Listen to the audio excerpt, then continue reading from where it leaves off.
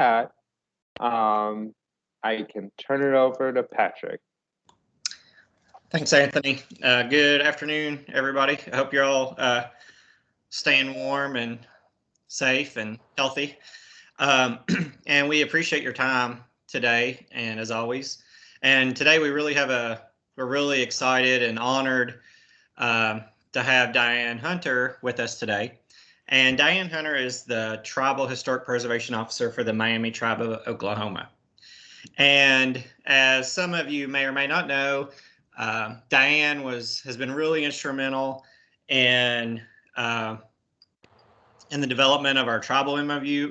We got to know Diane, I think back in 2015 when we had our first tribal workshop and started thinking about what a tribal MOU would look like.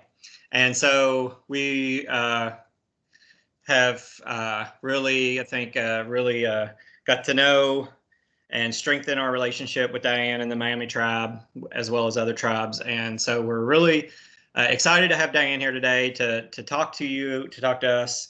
And as Anthony mentioned, if during the presentation you want to raise your hand or use the chat function, after the presentation, we'll leave some time for questions. And so feel free to, if you start thinking of questions, we'll get to those at the end. And with that, I will turn it over to Diane. Okay, can you see my screen properly? Yeah, we see you. You see me? Yep. You're not seeing my slides? No. Not right. Well, let's try again then. Yep. That's okay. These things always run into quirks. Yep. All right.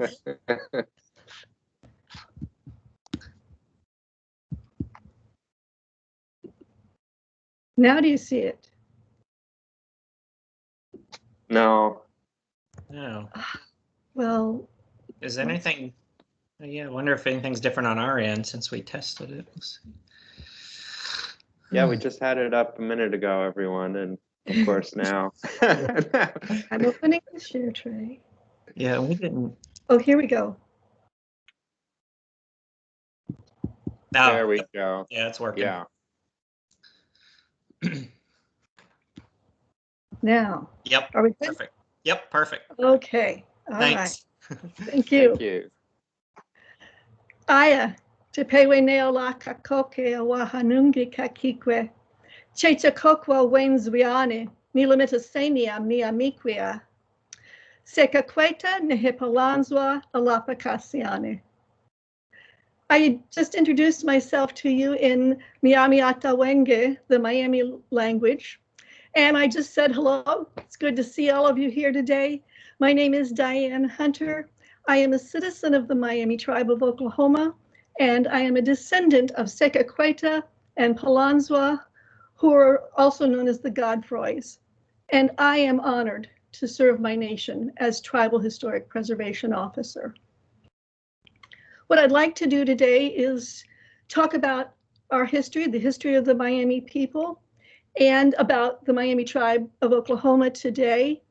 And then I want to talk a little bit about what it means to be a Tribal Historic Preservation Officer. So we'll start at the beginning. Mitame, Miamiake, Nipengonje, Sakachewe Chike. At first, the Miami came out of the water. Now that's the first line of our oldest story.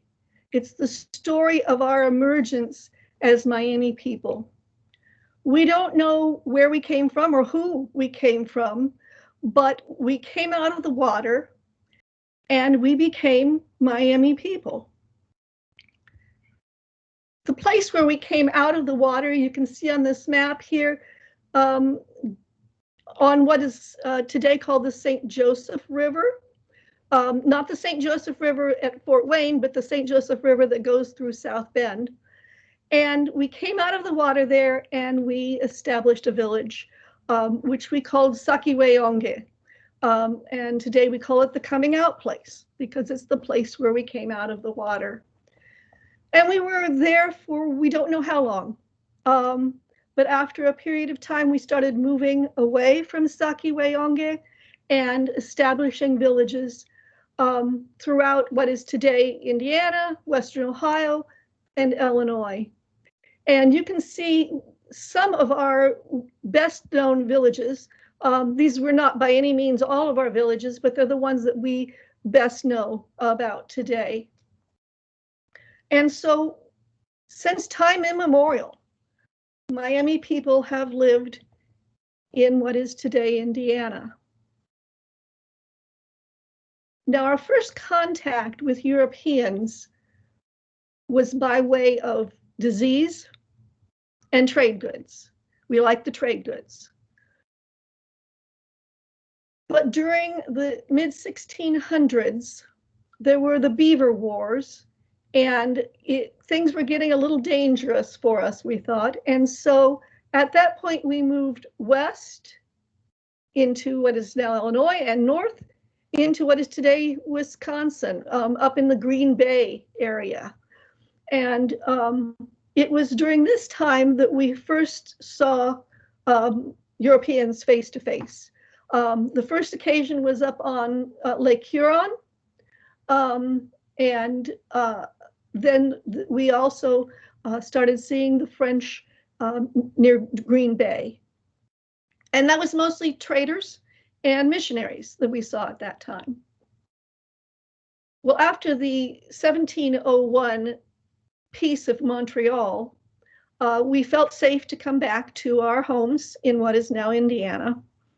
And we resettled into our villages in many of the same areas where we had been before. And we encountered many more of the French at that time.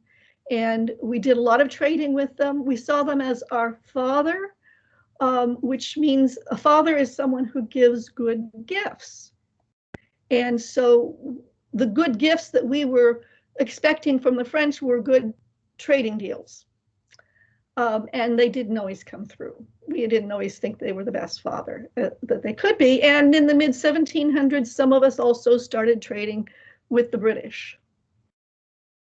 Now, in the Treaty of Paris, 1763, the French ceded their territories to the British. Now, what the French had was trading rights and diplomatic rights with us. They didn't own the land, and they knew they didn't own the land. It wasn't their land, but they had those rights with us that we had given them, and they ceded those to the British. And then in the Treaty of Paris, 1783, 20 years later, the British transferred their claim to the Americans. But what the Americans believed they were getting was the land itself. It wasn't just trading rights. It wasn't just diplomatic rights. They saw that they had been given the land in that treaty. Well, no, we weren't part of that treaty. I'm not even sure if we knew the treaty was going on, but we certainly were not part of it. We had not given our land away. We had not ceded it. We had not sold it. So as far as we were concerned, it was still our land. But without the British to impede them, the Americans started coming west. And they were coming west in increasing numbers. And they were coming along the Ohio River up into Ohio, which was part of our area. And we saw them as illegal immigrants. We had not said that they could come onto our land, and they're coming onto our land. They're building houses. They're cutting down our trees. They have no business here. And so we do what anyone would do if someone comes onto your own property and won't leave. You do what you have to do to push them off. Well, they fought back. And so we have skirmishes back and forth, which ultimately led to war. And there were a number of battles. The one that we most like to talk about is St. Clair's defeat in 1791. To us, it was a decisive battle. It is still today considered the greatest defeat of the U.S. Army in the history of the United States. based on the number of casualties of that war, of that battle. And we thought things were going well. But then in 1794, there was the Battle of Fallen Timbers. And that didn't go so well for us. We were defeated. And when I say we, I should clarify, it's not just the Miami, but it was a number of allied tribes fighting together, because this was, much of it was our shared territory. And so we were fighting together to protect our land. But we lost at the Battle of Fallen Timbers. And what we realized was we had such a great success at St. Clair's defeat, and yet here they come back, they've got more men, and they're even stronger than they were before. And we knew we didn't have more. We had as many men as we had, and there weren't going to be any more. And even when we won a battle, we lost men. And the Americans would destroy our crops and burn our villages. And we saw this is just, we can't sustain this. We have to stop fighting. And so we agreed to go to the Treaty of Greenville, 1795. And this was our first Miami Treaty with the Mishimal-Sake, the Americans. Mishimal-Sake, by the way, means big knives. But we thought this is okay. We ceded, you can see in this and in subsequent maps, the pink is what was ceded. So it was a good chunk of Ohio and some small parts of Indiana and other areas were ceded in this treaty. But we thought it's good because they have their land and we have our land, and we can be good neighbors going forward. And we thought that's what we need. But the Americans kept coming, and they're coming into what is now southern Indiana, and they want more treaties. And so to keep peace, we agreed to sign additional treaties. And so there were treaties in 1805 and in 1809, and you can see, and actually even south of there, all of this was ceded in 1809. Now, if you think about 1816 is when Indiana became a state. So technically this was Indiana. The rest of this was still our land. But they wanted more. And so we signed more treaties. There was the Treaty of 1818. And of course, in that treaty, a huge chunk of the center of Indiana was ceded. And then there were treaties in 1826. And by this time, most of Indiana has been ceded. There are some small reserves. And then there is the Great Miami Reserve here in the center. But most of Indiana is gone by 1826. And then there were the treaties in 1834 and 1838. And now it is only the Great Miami Reserve, about 500,000 acres in the middle of the state. And that's what we have as far as tribal land. There were individual reserves that belonged to individual families or to villages. But as far as the tribe was concerned, the Great Miami Reserve was all we had left. But our most significant treaty came in 1840. And in 1840, in that treaty, we agreed to exchange the Great Miami Reserve for a piece of land that was supposed to be about the same size in what became Kansas. It was the unorganized territory at that time. But that was to be our homeland, our new homeland, our new reservation, and we agreed to exchange that. And I say our new homeland because the other piece of that treaty was the tribe agreed to be removed to that reservation in unorganized territory. And so we had 5 years to leave Indiana. Now, we didn't want to leave. This was our homeland.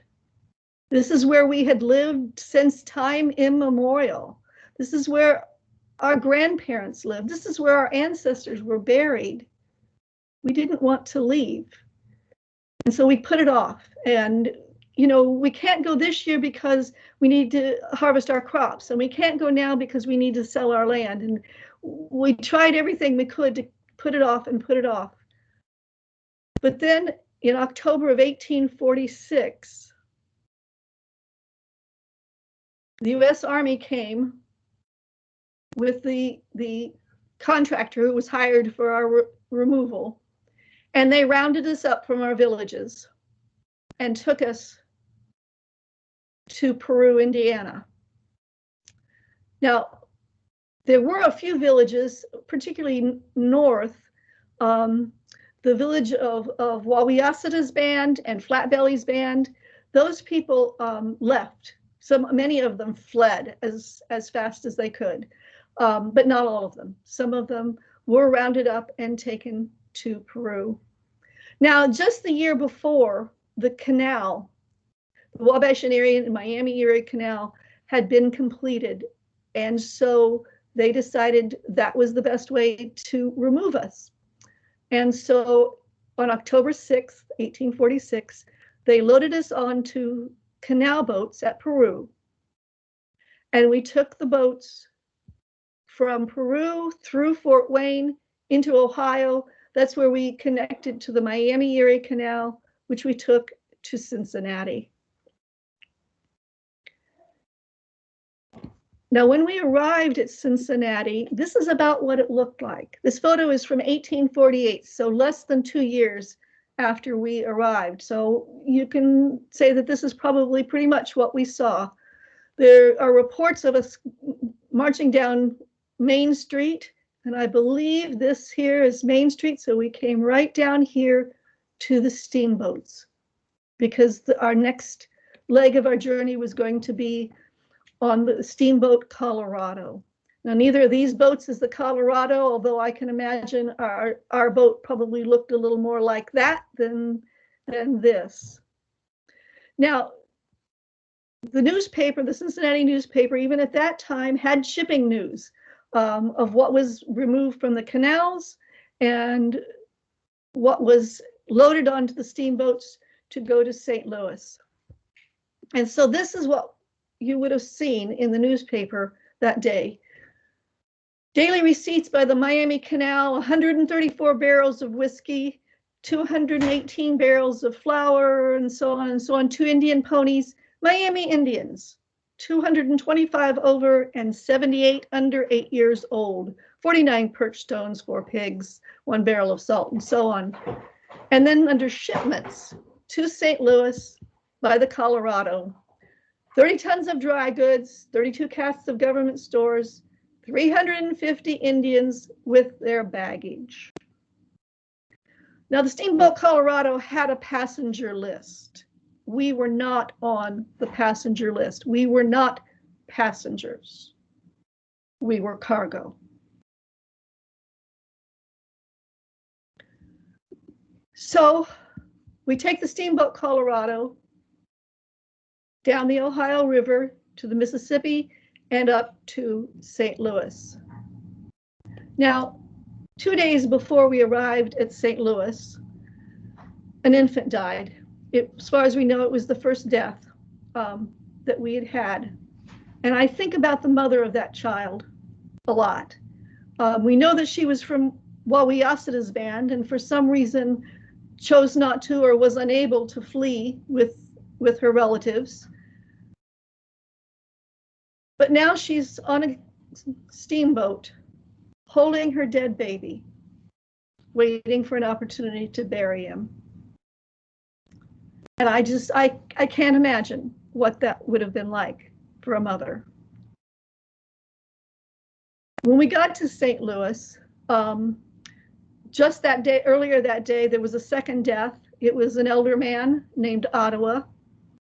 And they did not take us into St. Louis. They took us off the boat at a sandbar called Bloody Island, which was directly across the Mississippi from St. Louis. And we had to wait there for 3 days. The steamboat Colorado was too large to go on the Missouri River. And so we had to wait for 3 days till they found a steamboat that could take us on the Missouri River. Now, I will tell you, today, Bloody Island is incorporated as part of the shoreline of the Illinois side of the Mississippi River. And it is directly across the river from the St. Louis Arch, the gateway to the west. So we took the Missouri River west. There were 4 more deaths on the Missouri, all children. And we arrived on November 1st at the Kansas Landing, also known as the Westport Landing, at a place called the town of Kansas. Today, that's Kansas City. From there, we went overland, about 50 miles south to Sugar Creek in Kansas. And that was our new reservation. It was a very hard winter. It was an early winter. It was already very cold in early November.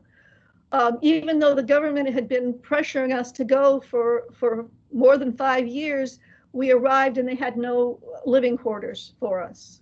All we had to live in when we arrived were tents. And we immediately started building houses. And there were about 39 families and some single people in our party, and there were 19 houses built by Christmas that year.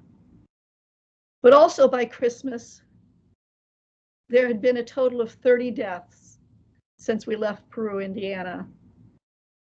So many people were sick on the trip that even though they arrived at the destination, they were too sick to live in the cold in tents and survive. But by the following spring, we started making this our home. We built more houses, we built school, we built our businesses. We were doing everything we could to make this a better life for our children. But there were problems here too. Americans had already found this land, and even though this had been promised as our land and no white people were to live on our reservation, squatters were already coming and illegally living on our reservations. And when the land had been allotted to individuals, they were squatting on individual properties. And they were very, very difficult to get out. Even the US Army the US government at least had trouble getting them out. So squatters, just like we had in Indiana, we've got squatters again. Once the state of Kansas became a state, they decided that they needed money. Because they're a new state and they need money. And so they decided that they should incorporate our reservation and tax our land. Well, that's not theirs to have. It was our nation's land. It was not part of the United States. It was not part of Kansas. But we're having to deal with this pressure from Kansas to pay taxes, to pay illegal taxes. And then, of course, in the early 1860s, we've got the Civil War. And we don't hear much about it in Indiana, I don't think, in our education system. But Missouri, Kansas, the border there between those two states was a huge battleground for the Civil War. And because Kansas was a free state and Missouri was a slave state. And the Missouri bushwhackers were coming across the border trying to extend slavery into Kansas. And they were coming through tribal lands and through many of the other tribes, because we were surrounded by other tribes. They also had their reservations there, and they were going onto all these reservations, and people were terrified of these people. So this was a very difficult time for us. And after the Civil War, the US government wanted us to move south to Indian Territory, and things were so bad that we ultimately agreed to go. And so our tribal government moved south into what is today northeastern Oklahoma. And there's a long story about us coming. It took a long time. Instead of us all being taken at once, as we might have, as happened with the first removal, this happened one family at a time. And so it took a period of years. Each family had to be able to sell their land. And of course, selling your land with squatters on it isn't easy. So it did take a period of time into the 1870s before everyone had moved to Indian territory. Now, I said that the tribe went west, but there were a few families that were allowed to stay in Indiana.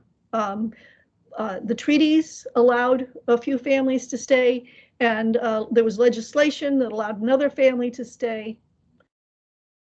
And the descendants of those families, as well as some who went to Kansas and came back, those descendants, many of us are still here in Indiana. And today, the Miami Tribe of Oklahoma has about 800 citizens living in Indiana. But the result of these two removals is that we are a divided people. We have key locations. The bulk of our population are in Oklahoma, in Kansas, and in Indiana, but we have citizens living in every state in the country today. And when we have small numbers of people surrounded by people who are not Miami, the result is cultural assimilation to the culture that's around us. And what that means is that there's a great loss of our own culture. And a big part of that loss for us was the loss of our language. Our last native speakers died probably in the 1960s or shortly thereafter. But today, we are the Miami Tribe of Oklahoma, and the seat of our government is, oops, sorry, the wrong way. How did I do that? There we go, is in northeastern Oklahoma in the town called Miami. Yes, named after us, in Ottawa County, named after the Ottawa tribe. And that is where our sovereign government is located. By our Constitution, our General Counsel is our government. And the General Counsel is any adult who is a citizen of the tribe, 18 years old and older, who comes to the annual meeting and votes. And at that meeting, we tell our leaders what we want to happen. That is the Miami way. Our leaders have never been powerful kings in any sort, or tyrants, or it was not their job to tell us what to do. It was our job to tell them what we wanted done, and their job to see that it happened. And so our tribal leadership is the same way. Our General Counsel tells the tribal leaders what we want, and then we elect our tribal leadership to do that for the next year. And this is a picture of our current tribal leadership, our elected leaders, and the gentleman in the center in the bright yellow shirt is Chief Douglas Langford. We are a sovereign nation. We hold elections to elect our officials. We have sovereignty within our tribal lands. We have a police force that serves on tribal lands, and we have arrangements with the city police force as well. All of our police officers are also able to serve on the city police, and so it helps. You don't have to stop at the borders of tribal land if the police are needed. We have a tribal office for license plates. If tribal citizens who live in Oklahoma and can get a tribal license plate instead of an Oklahoma license plate. We have services for our citizens in Oklahoma. We have a preschool for our children, and we have places and services for our elders to gather. We provide meals for our elders. And so the tribal government functions as a government. MNE, Miami Nation Enterprises, is our political economic subdivision. The tribe has a diverse portfolio. We have companies that make cabinetry and make countertops, that do contracting, software development, electronics, utilities work. We own Ohio Ambulance that serves a number of cities in Ohio. And in Miami, Oklahoma, we own the movie theater. It's a small town, so we own the only movie theater, and restaurant and 2 casinos. We gather together for a variety of events and activities. Of course, they are very limited in this COVID year, but traditionally, we have our annual gathering, which we did have this summer because we had to vote. But then we also usually have a winter gathering, and that's at the end of January. And one of the big events of our winter gathering is storytelling. We have a number of stories that have been handed down to us. The story that I started at the beginning of my talk is a history story. It is a true story about a true event and about real people in a real place. But we also have what we call winter stories, and they are not true in the sense of things that actually happened. There may be great truth in them, but they are not historic events. We call them winter stories because they can only be told in the winter. And winter is defined by in the late fall, when the frogs stop croaking and we have the first hard frost. Then we have winter, and we can start telling our winter stories. And we can tell them all winter until early spring, when the frogs start croaking again, and we have the first big thunderstorms. And then we lay the thread of our stories aside until the next winter.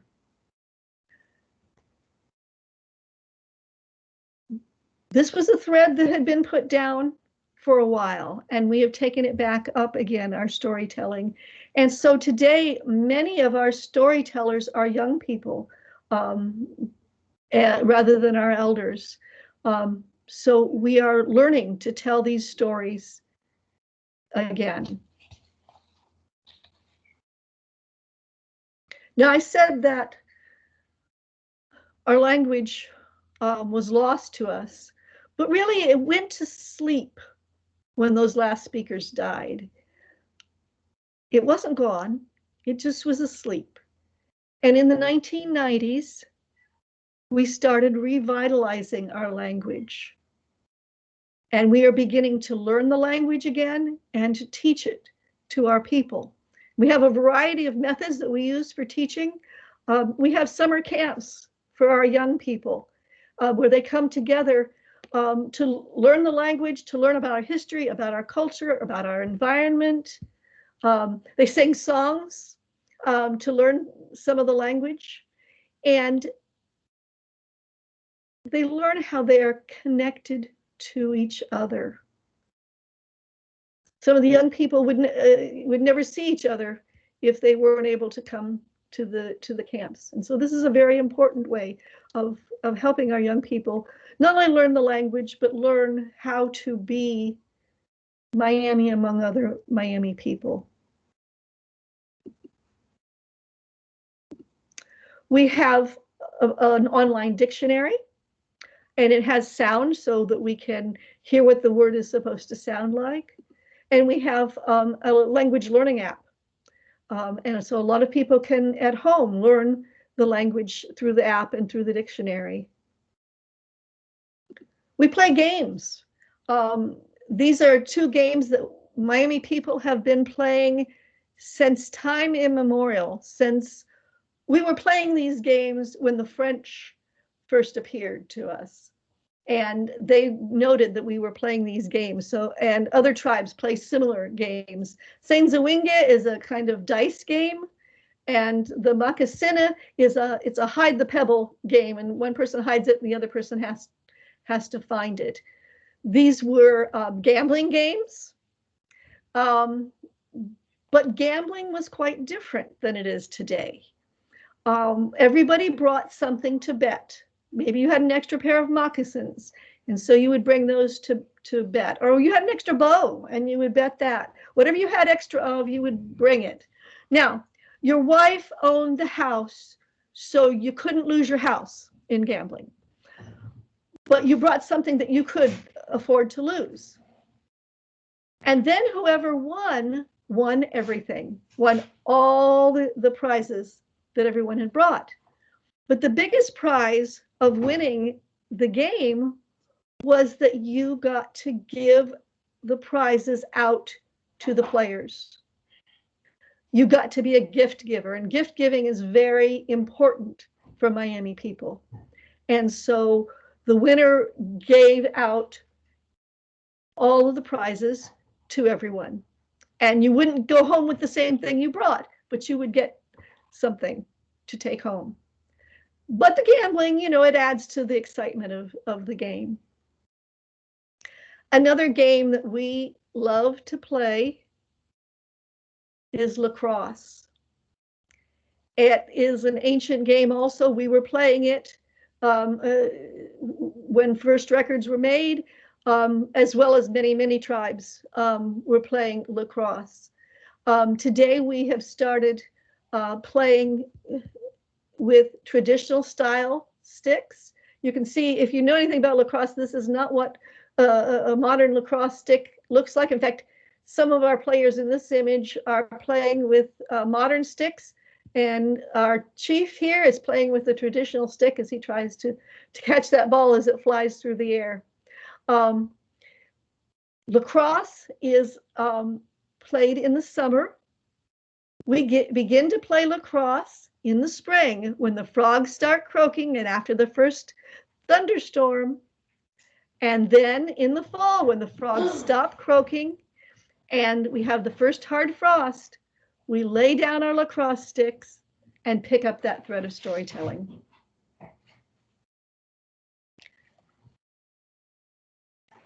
So I'm going to transition now from talking about our tribe specifically to talking about my role as Tribal Historic Preservation Officer, what it is and why it is.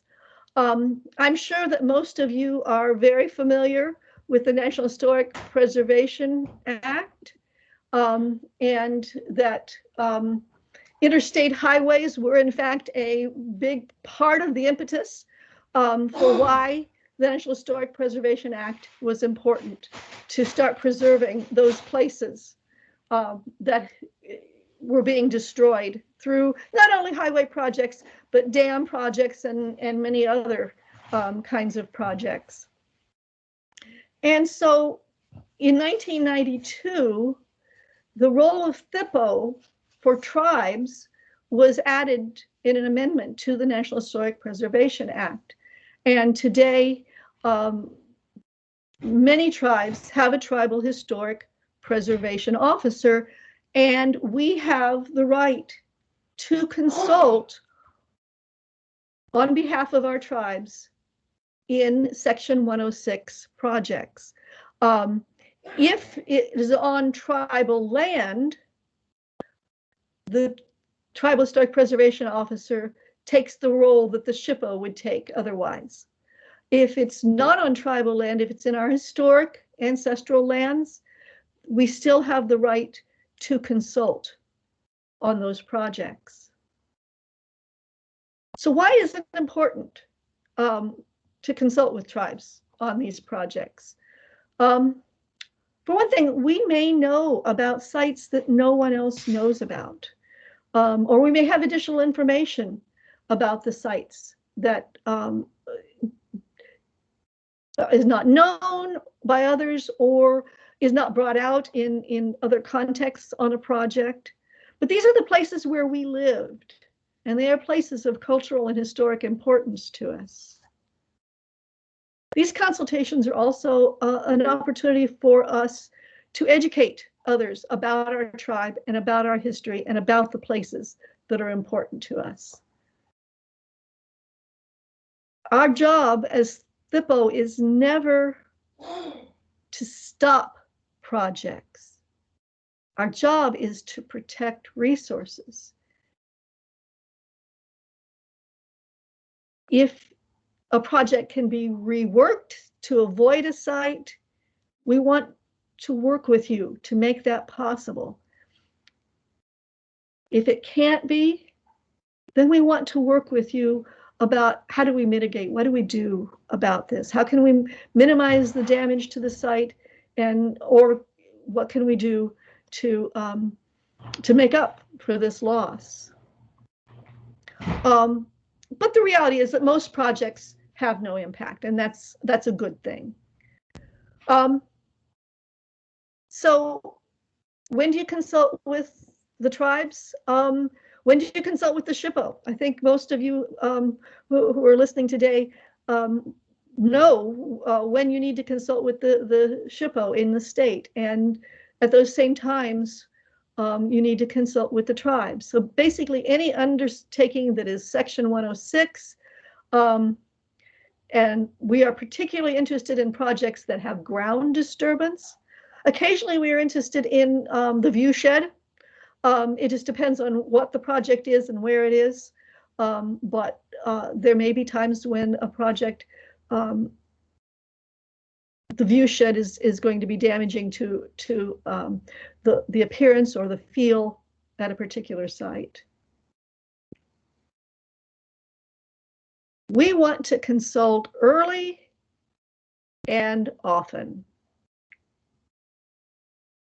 And we, as Patrick mentioned, we started the process of consulting with INDOT 5 years ago.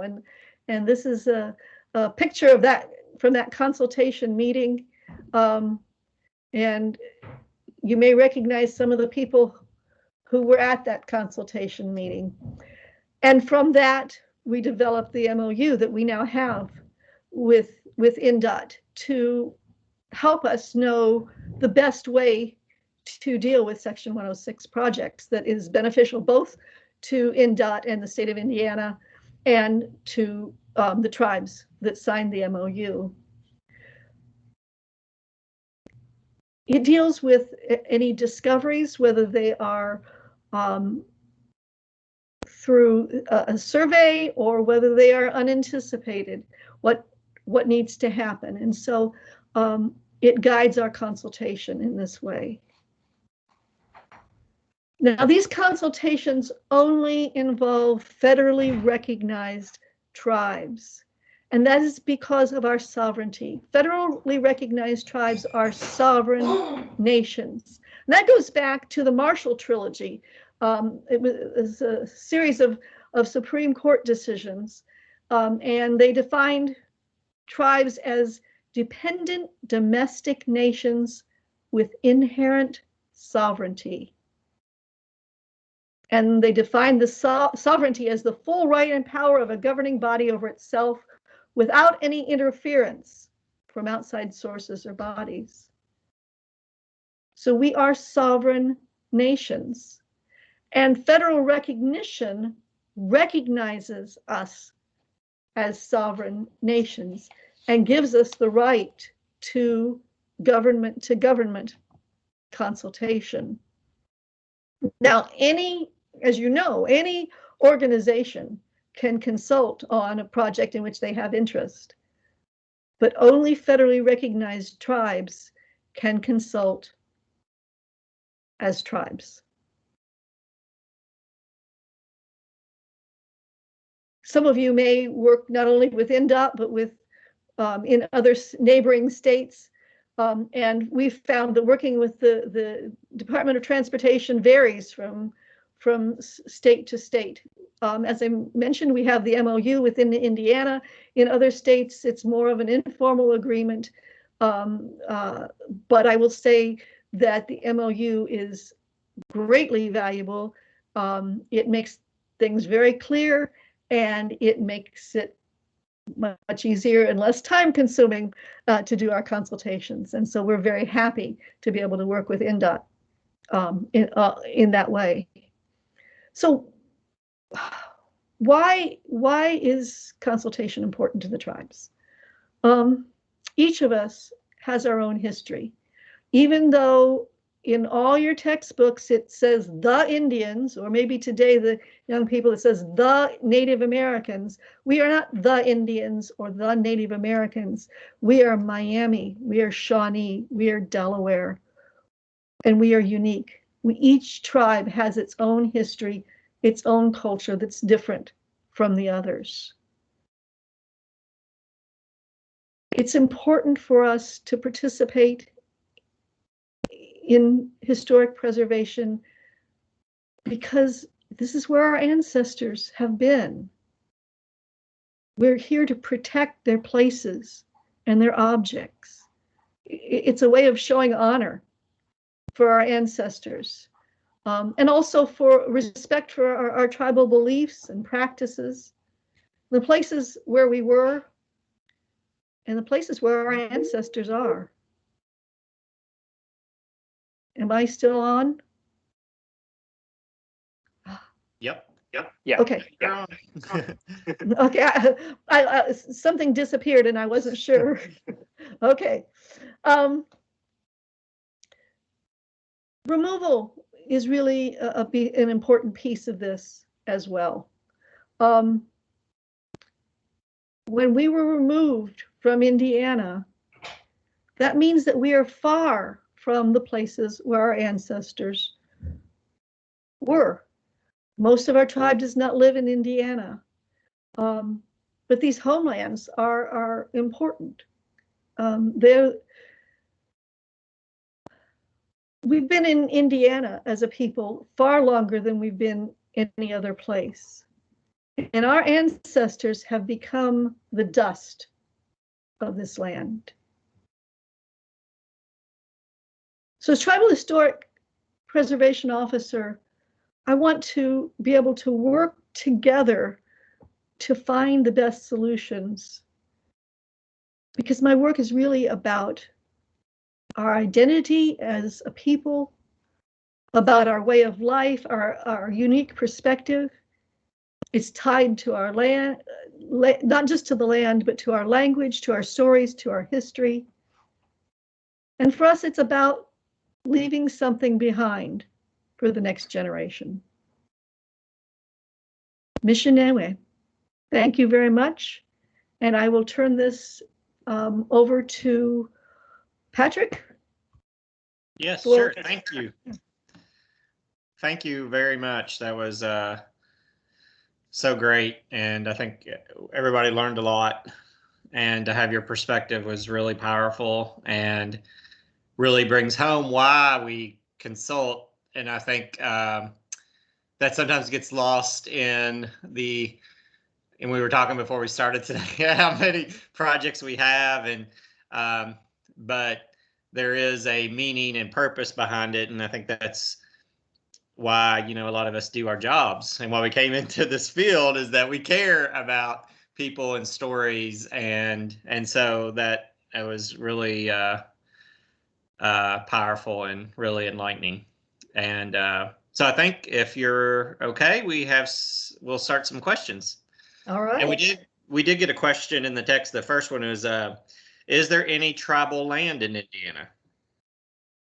We do not have tribal trust land. We do own land fee simple in the Fort Wayne area, but we do not have trust land in Indiana.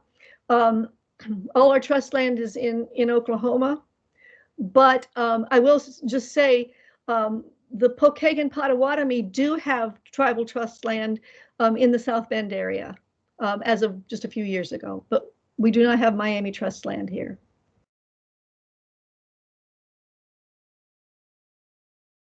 And maybe that's a question, a follow-up, but is there a tribal land in Indiana where the THPO would take the role of the SHPO, even for the other, any tribes?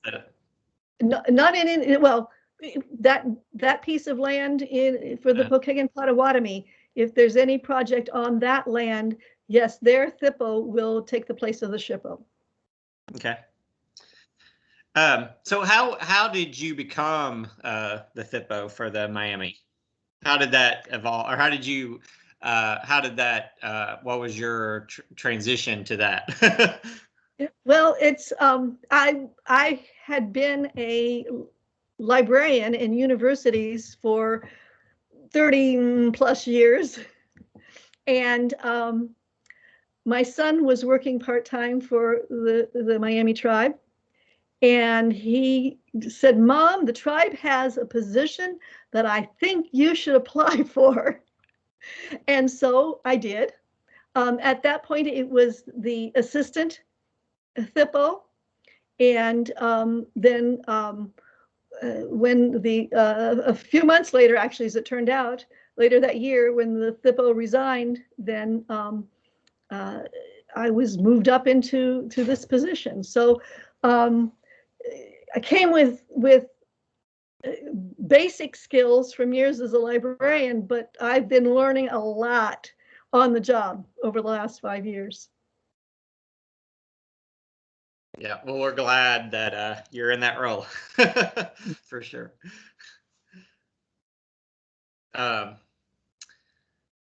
Any other questions? Anybody wants to raise their hand or chat? We can put it in the chat box. We're monitoring the chat, and or you can raise your virtual hands.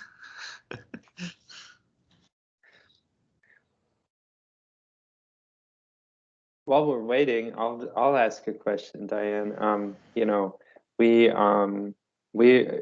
review a lot of historic property reports that have historic contexts about 19th century history in Indiana, that tell the story of the treaties that you talked about.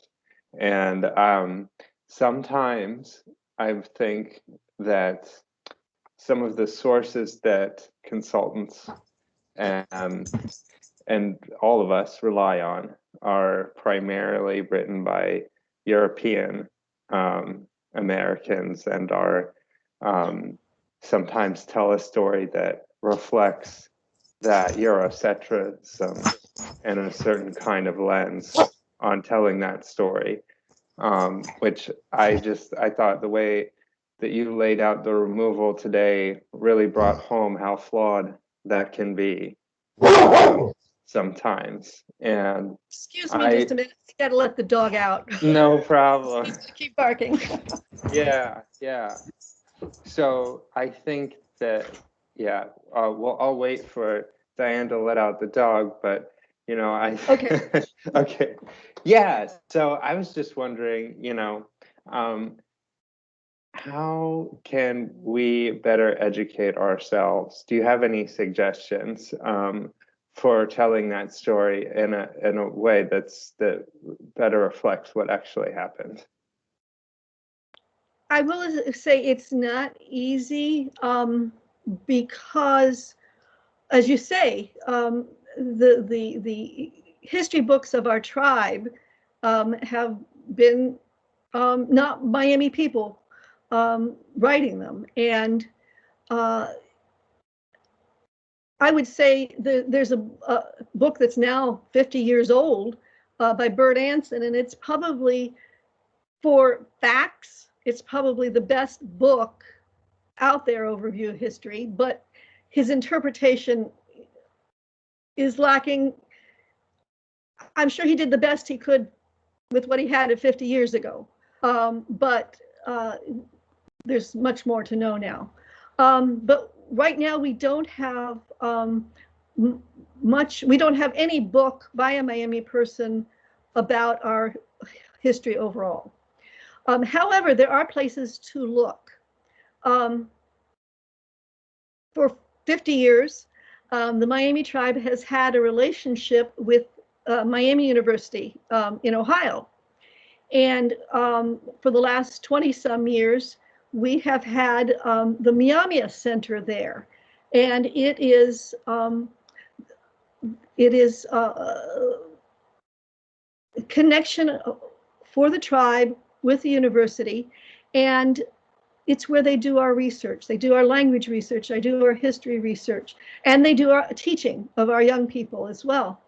And so if you go to the miamicenter.org website, they have information and they have links to sources of information. There's a blog that's linked from there that has mostly specific pieces of history, no long piece, but pieces that will tell different aspects of the story. There's a lot there on the history of the American Wars.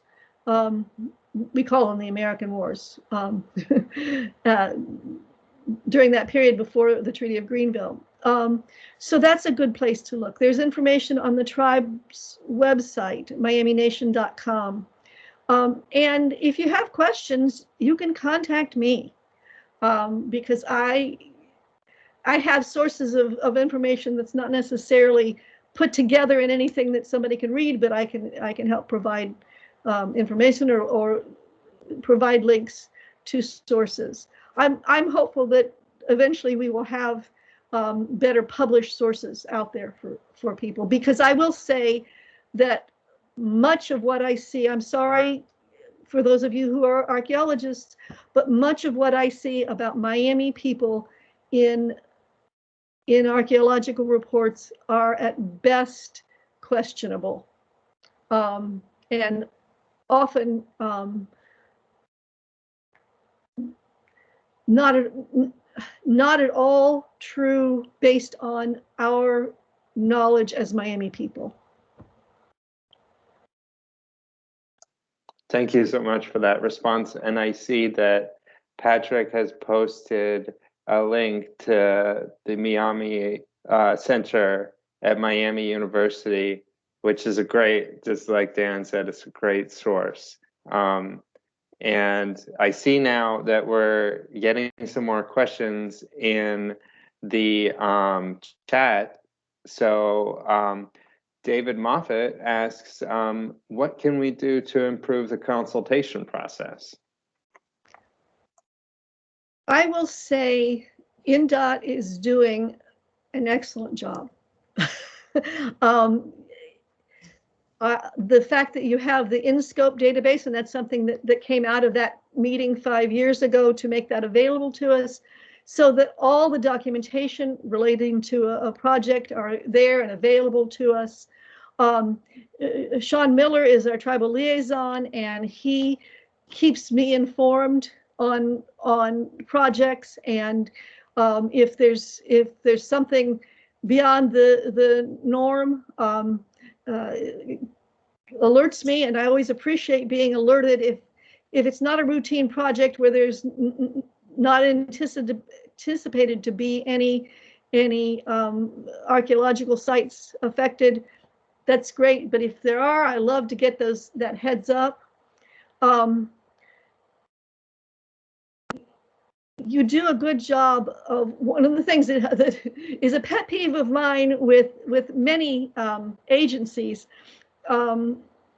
is they will send an email that says the subject line is tribal consultation, and the text of the email is, please see the attached letter. So I have to open the email, I have to open the letter to try to even figure out what the project is and where it is. I don't even know the location, and I can't do anything even to organize my projects until I know where the project is. So, you know, but INDOT says the DES number, the project number, and then it gives me the location and the county And that's wonderful. Those kinds of things are so helpful to me. Specific location information, maps that are that I can look at the map without any other information. I should be able to look at the map and figure out where it is. And so often I'm given maps where I'm not even shown any roads, or if I am, the road names are not readable. It's real difficult to use a map like that in terms of identifying where the project is. Things like that, getting very specific information, getting the section, township, and range information is helpful to me.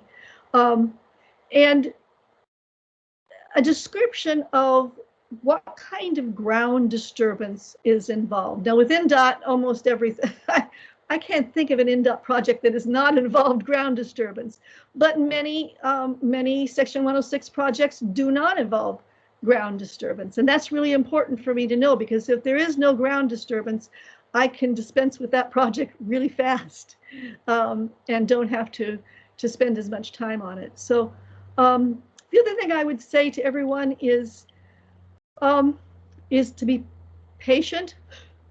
I am doing this pretty much alone. I have a person who helps part-time, but I may have more than 200 projects come my way in a month's time. And so trying to keep up with that, as well as very important work. For example, we've had projects recently where there really are archaeological sites that are very significant, and so I need to give important time to those things. So we are quite overwhelmed, and it's not just me. It's all tribal historic preservation officers are in this same boat. And I will say, on behalf of my colleagues, many of them have had to have their offices closed or even been put on leave during this COVID time. And so I, ask patience, and if something is really important, follow up. Send me a separate email or give me a call and say, are you aware that this is going on with this project? I really appreciate that.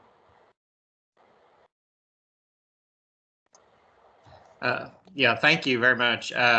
And you've been great to work with on our projects, and just for our consultant community, the liaison to contact Diane would still be INDOT, Sean, or at our direction be Federal Highway. But yeah, we appreciate that and letting us know that option when it arises. Sean asked, what are some of the most interesting projects you've consulted on, most challenging? But the examples don't have to be limited to Indiana. Well, I will say that within Indiana, this year has been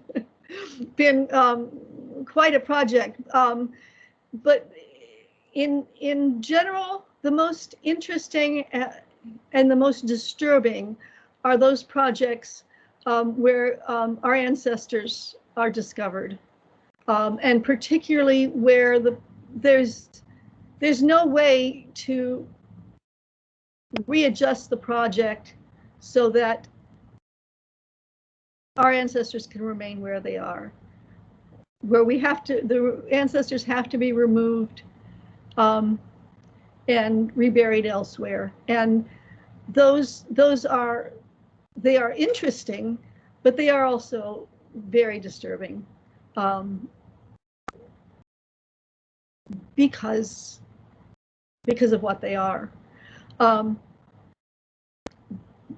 But those are the ones, those kinds of projects. And sometimes it's a project where there is a significant archaeological site and but no burials, and that's really good. Those are very, very interesting. And yeah, I would say those are the kinds of projects that are most interesting. And the ones that are in areas that we are particularly, we know this is an area where a village was, or was our reserve land. So, you know, projects in Oklahoma where our tribe is today, projects where our reservation was in Kansas, projects in various locations in Indiana. We were everywhere in Indiana, but we didn't always have a village everywhere in Indiana. And so those places where there might have been a village or something in particular that was happening, those are very interesting to us.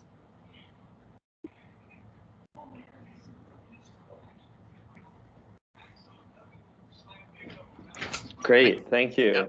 And yeah, just we've mentioned Sean a couple times. He is in on this call, and we got to give him a bunch of credit, you know, for his work on this. I know he's hard at work right now on annual reports.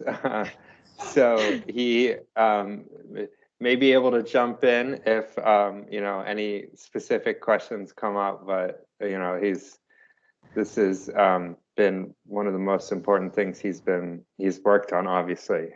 So kudos to him. Yes, he's finalizing his report as we speak, so he's doing double duty right now. Good for him. Yeah, right. Joyce Newland from Federal Highway has you know, made a comment, and I'll read it, but after I read it, Joyce, if you want to, I don't know if you can have the ability to jump in, but we'd love to hear you speak to this. But she says, Federal Highway recently received notice of project in the Tribal Transportation Program in the MACOG area. Since TTP funds are being used for the project, there is no requirement to include it in the TIP and STIP. However, Federal Highway does encourage INDOT and the MACOG MPO to do so for informational purposes. Yeah, it was just really to provide some information. Hello.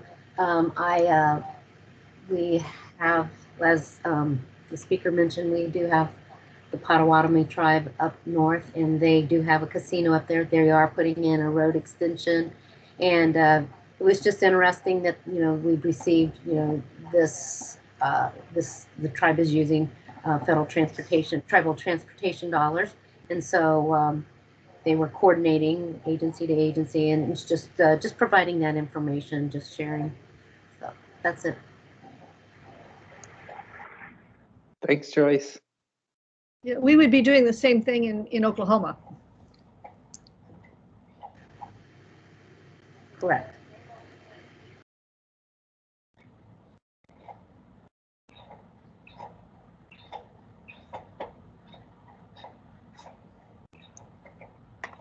All right, so let's see.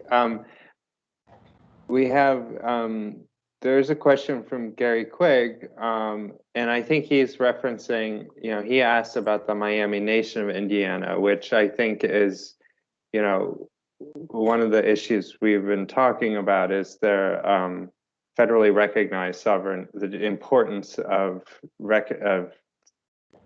there's an essential difference between the federally recognized sovereign nation versus not a federally recognized nation. But he does ask about that. I don't know if you have anything. Sure. I would just say that, as I mentioned, there were a few families that remained in Indiana after our removal that were allowed to remain, and some others who came back, some of whom were allowed to remain and some just did. And the descendants of those families still live in Indiana today. I am a descendant of one of those families.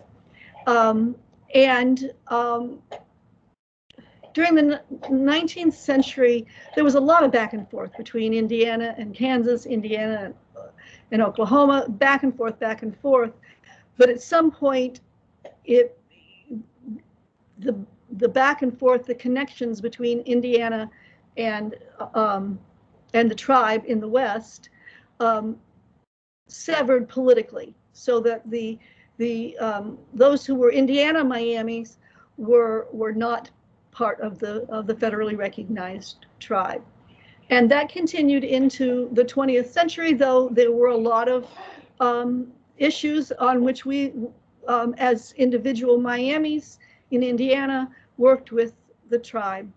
In 1996, the tribe voted to change our constitution, and our enrollment has always been based on a certain role.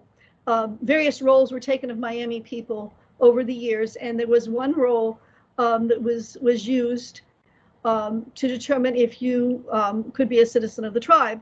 But in 1996, an additional role was added, and by adding that role and all those descendants, basically, if not everybody, almost everybody of Miami descent is now able to enroll in the tribe of the Miami tribe of Oklahoma.